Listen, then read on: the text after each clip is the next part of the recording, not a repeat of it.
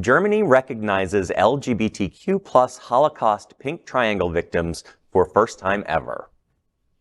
During this year's Holocaust commemoration in Berlin, the German parliament for the first time dedicated the remembrance to those killed by Nazis because of their gender identity and sexual orientation.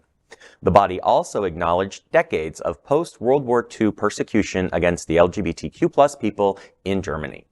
For more than 20 years, activists have worked to establish an official ceremony for LGBTQ plus Nazi victims. The president of the lower house of parliament said LGBTQ plus survivors of the Third Reich had to wait a very long time for recognition. Imprisoned gay men were murdered, castrated, or used in horrendous medical experiments in concentration camps. At these camps, thousands of lesbians, transgender people, and sex workers were detained under brutal conditions and branded. They were branded degenerates. Germany toughened its laws regarding sex between men in 1935 and sentenced violator to 10 years of forced labor. Between 6,000 and 10,000 of the nearly 60,000 men imprisoned for violations of this law were sent to concentration camps and forced to wear pink triangle-adorned uniforms. In addition to thousands of gay men killed under brutal conditions, historians believe countless transgender and lesbian people also died. Thank you, Germany, for standing up and recognizing what we've all known for a long time. Right. Good progress. What a long time coming, right? I mean, the horror, the absolute horror that our LGBTQ plus folks had to endure during that time, the human testing that they did on our boys. Absolutely. Well, let me point something else out. When those concentration camps were liberated, those pink triangle people were not. They were sent to prisons. So, you know, the homosexuals and the degenerates, as they would call them, they weren't liberated. They weren't liberated. Wow. And, you know, a lot of people don't realize that. Or know that, yeah.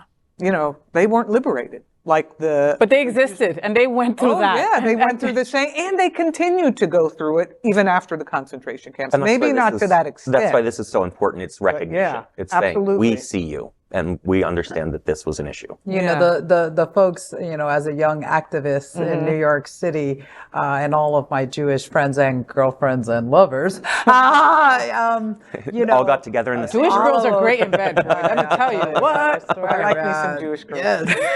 Anyways, but Al, I'm scared. We have to deal with you guys. Listen, we have to see the light. We have to see the light. Yeah. Okay, there's a light. Okay, you know, because whatever, we're not going to go there. But what I realized is I was able to be present to the Jewish struggle. You know, growing up as a Baptist Christian, I understood that the Jews were the chosen people. Trust me, I love my Jews just like Jesus does. This situation, I was, you know, made aware of that pink triangle as a young activist in the streets of New York, walking topless through, you know, Fifth Avenue. I understand. And now as a 48-year-old woman, I said it out loud. What I realized is, man, you know, we keep talking about and coming back to incremental progress.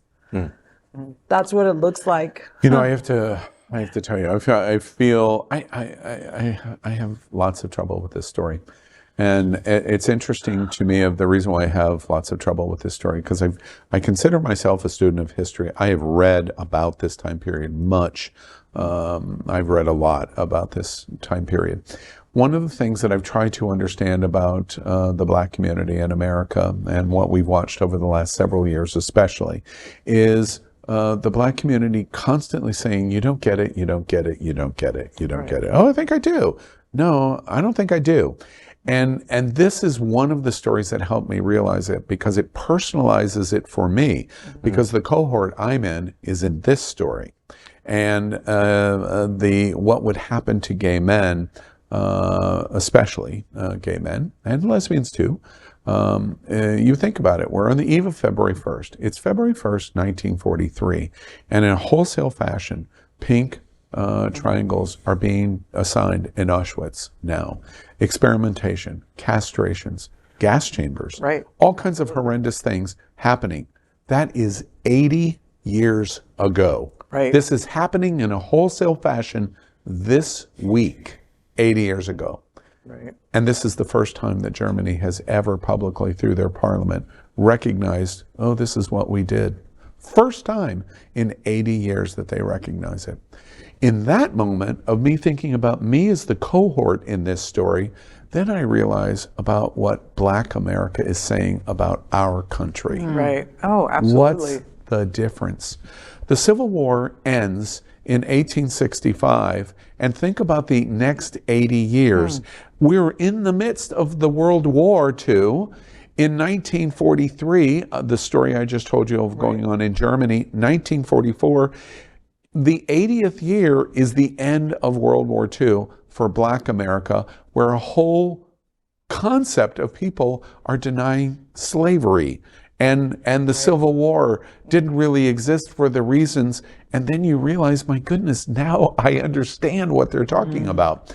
Because we were being slaughtered 80 years ago this week.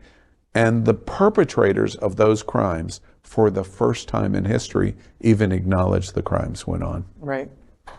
Yeah. It's a very sad moment. Yeah. LGBTQ plus news is vital for our community and for the broader world as a whole. We have enough enemies at Fox News. Tucker, Sean, and Laura are loud.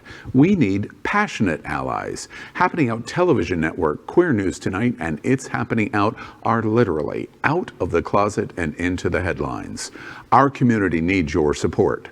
Like this broadcast and subscribe now to ensure the growth of the entire LGBTQ plus community.